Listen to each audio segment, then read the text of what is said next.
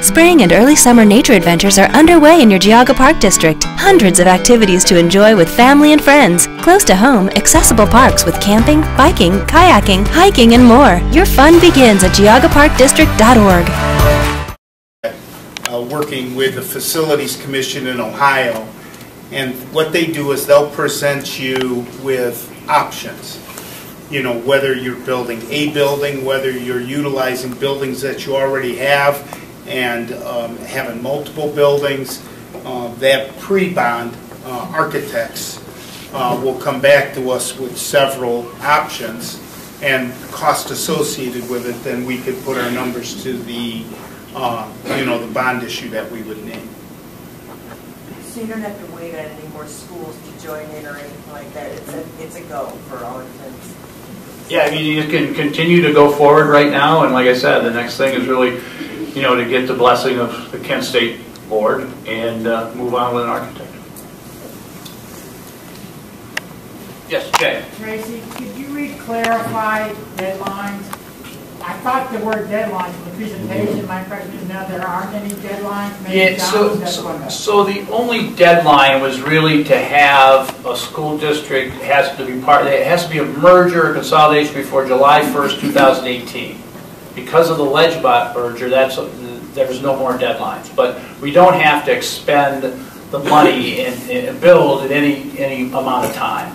And from what we heard from the Ohio School Facilities Commission is, like I said earlier, if we build this building and then 10 years from now you still need another building, then it's still the same formula.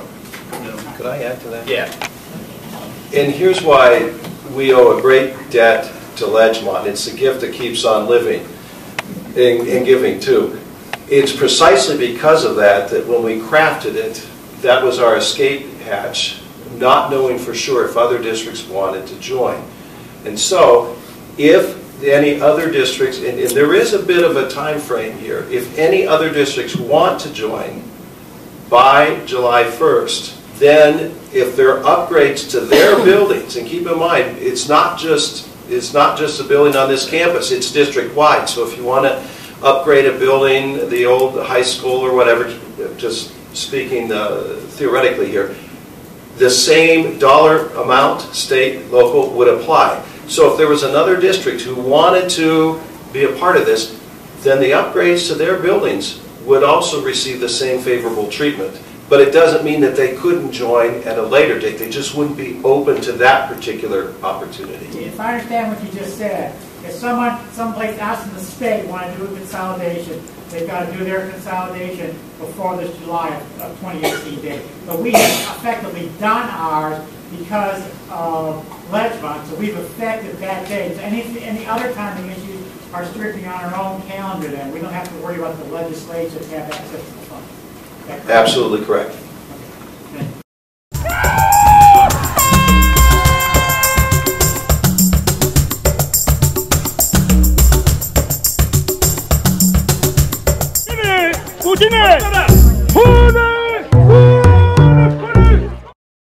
Any other questions, comments? Yes, and so as of right now, Newberry and Cardinal do not want to be a part of this that you guys are putting all this work into. Is that correct? right, as far as we know, yeah, they both have left the talks, and then that's when Prime was formed. So can you guarantee the voters of Berkshire that this community is going to put the bond forward, this community is going to have the backing of this project, which I think is fabulous. But say when it's all done and Cardinal or Newberry see how great it is, and they say, we changed our mind and we want to come be a part of you, can you guarantee that Berkshire will stay Berkshire and not like in East Geauga where we have to give up our hometown pride because we were the ones that started this, we were the ones that stayed with it, we were the ones that were committed to it. You want me to answer that? Okay. There are deadlines, and when we talk to our architects for this pre-bond that I mentioned, with the Facilities Commission, once you once you get to a place where you're putting a bond issue on the ballot, that bond issue is it's very specific on what you're actually going to build. I can't tell you what that is today because we haven't gone through the process. But once we're to that point, I mean, anybody can decide to be part of, if we wanted to look at a merger, but it's not going to be a facility that can be expanded just because a decision was made to merge in, say, 2019 or 20. It would be difficult to do that because that bond issue that we placed on the ballot was specific for what we crafted to build, you know, between the Facilities Commission and the architects, our board, and our community. So, does that answer your question? Can you guarantee Berkshire will stay Berkshire? No. That's my question. Well, I mean, I can't read into the future to say that there couldn't be something down the road if there was a merger consolidation, but when you're building this, when this project's being built for a specific size, remember with the Facilities Commission, they're looking at the amount of students you have. And today, approximate numbers, we're about 1,250 children. You're going to be building a building approximately 10% larger than that, according to the facilities, guidelines. Thank you. So if you were accepting somebody else, where would you put them? I mean, because no district is just 10% bigger. So, I mean, that's what I would tell you. Now, could something happen down the road where there would be? I can't predict the future. I can only tell you for today that this is where we are, and once we put a bond on the ballot, it's a bond for the specific size building at the specific location. That's what it is. Thank you. Okay. Don, so when the architect retains the facility, it's only going to be specifically designed for the Berkshire students, plus or minus 10%. So the charge to the architect is not to anticipate growth, it's to meet a current need, plus or minus 10%? That's how we've been told when we've met with the Facilities Commission. That's how they design and build the school. Now they'll look at population growth, and they'll look at census numbers to see what the population growth is. At 10%, I should clarify, is like an average number. If they saw the population growth in this community was, say, 20% growth, if our kindergarten class, raw numbers, we graduate approximately 100 children. We have about 85 kindergartners that come in. If they saw that 85 was jumping to 110, 120, well, they might jump that 10% up maybe to 15%. But it's designed for the Berkshire District if that's what we are at that time. And as of today, that's what we are. It's Berkshire School District.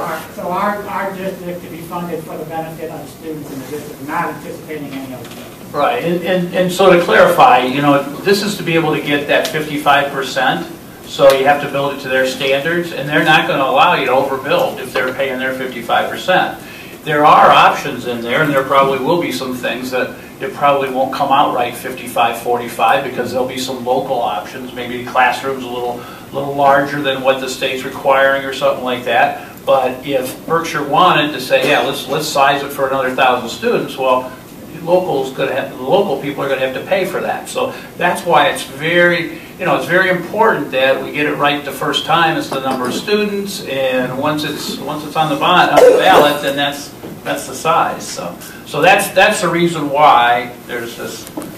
Yes, ma'am. Would this area that you're going to build, would it be for all grade levels, K through 12? What happens with the architect that comes in, he gives us options. I don't know if any of you have read the paper with Chardon, but Chardon had started a process internally. They had 7 or 8 options when they started of different things where they would fix current schools, they would build other schools, they would have multiples, they would close all their outer buildings. what they do is they give you options, and then you look at cost on those options, and then together we start making decisions. Because as you leave buildings open, they're not just going to let you leave, no matter what building it is. If you leave a building open, you can't just say, well, we're going to take the 55% you give us, we're going to build this great big building, whatever size it is, but we'll put no money into these elementary buildings. That's not how it works. They make a decision that you're going to upgrade those buildings, and here's what you're going to do. When you're getting state funding, they could decide $4 million is put into an elementary, and that's what you do. If you're keeping that building open, you need to bring it up to certain standards. So we're going to have options to look at. It just isn't going to be one cookie cutter. Could it be one building? I'm going to guess that that'll be one of the options, yes. Yes. Any idea on the total cost of this whole project? Well, I've heard some numbers. I'm just wondering. Again, it depends what we end up building, because if you do make improvements to your buildings, you can, you know, the projects may not be as costly because you're using current facilities. If you're building one whole building, the state has a formula based upon the amount of children you put into a building. I couldn't give you an exact number, because what they do is they take square footage per age group. A younger age group gets less square footage than an older age group. So as you get into high school, the amount of square foot per child grows as they get older. The classrooms are bigger, the gyms are bigger, and things like that. Just on a guess, I mean, this is purely a guess.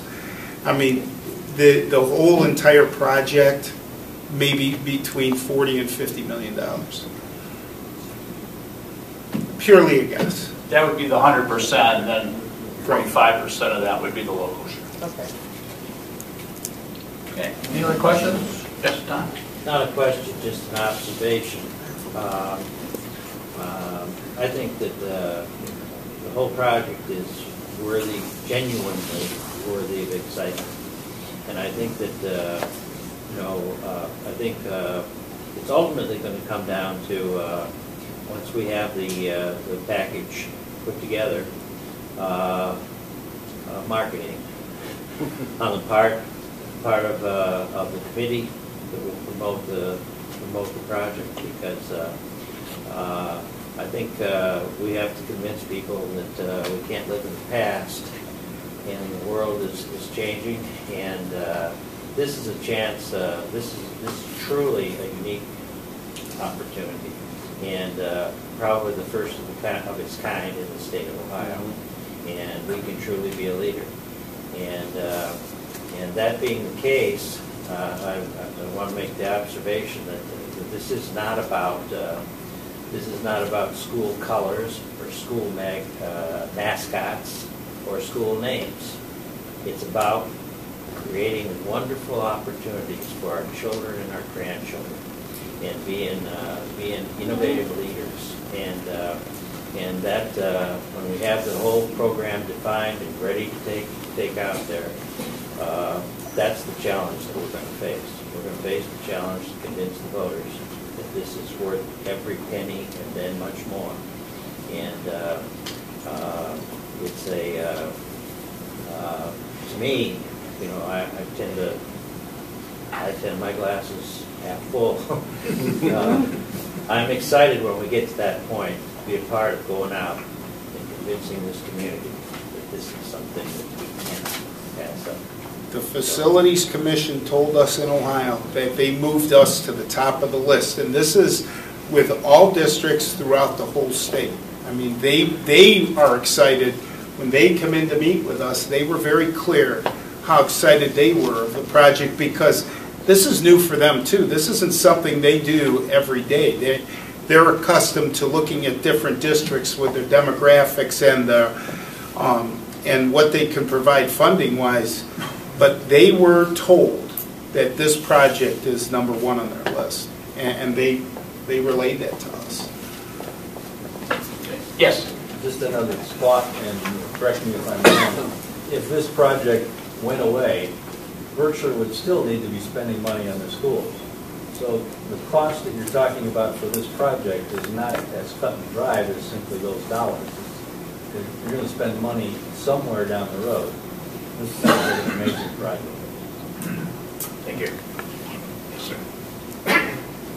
I'd like to maybe bring a few thoughts together here from what's already been said. And correct me if I'm wrong. You all sort of mentioned that if this project goes forward, that you're hoping that businesses as well as schools and everything else in the community would sort of come toward this program, but you're also speaking about a fixed-in-place building with a fixed cost.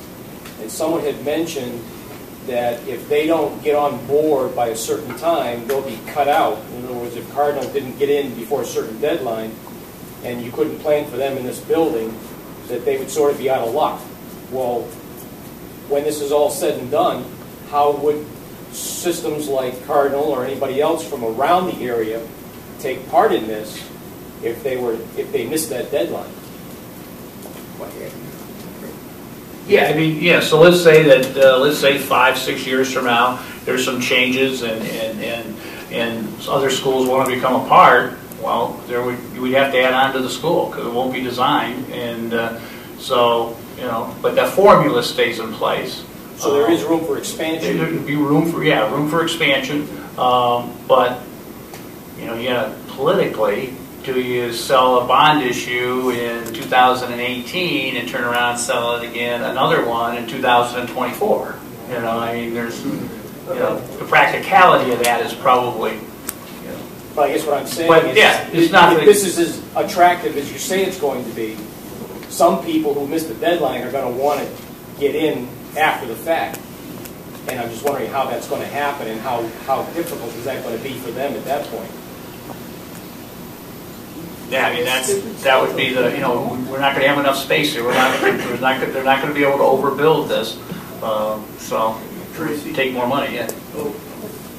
Wouldn't it make good economic sense though, like if Newberry wanted to be part of this or Cardinal wanted to be part of this now, ahead of time, during the planning stage and stuff? Doesn't it make it more dollars and cents friendly? If we have more people on board, more school districts. Yeah, I mean now's the time, and obviously, I mean that was one of the reasons why we looked at the that whole area to begin with. Was we were seeing similar, all three districts were going through the similar issues that we're experiencing similar issues, and so we know that the more students here, the more economic it is to run the school and to build a school. I just want to say, I graduated from Berkshire High School, and my son did, and we love Berkshire High School, but I was there during the merger between Berkshire, Troy, and Clarendon, and it went very smoothly, and it benefited us, and it made a better school. And, so if these other school districts want to come on board, I don't see it as a big deal. I don't see it as losing the identity of Berkshire, but just making a new identity for a better school system. What I will tell you too, to piggyback on that, the Ledgemont land transfer happened quick, and a lot of it had to happen because in order to get that debt relieved, it had to happen in a quick fashion. The day we opened the school, there's always the fear of how it's going to be with the kids. The kids were fun.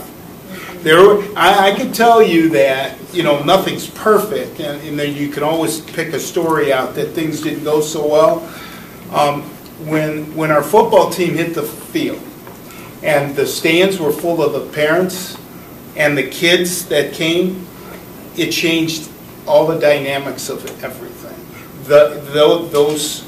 That team probably did more to bring the school together than anything, and I've had more positive comments about how well things came together and how well the kids the kids were on board with it right away because there's opportunities that they didn't have that they now had, and certain things that they weren't able to get, certain classes they were able to get, and they formed immediate bonds, these kids. I mean, they were already lifting weights before the school even merged, and I can't say enough about the kids. So it's usually not about the kids. I get from what I've seen.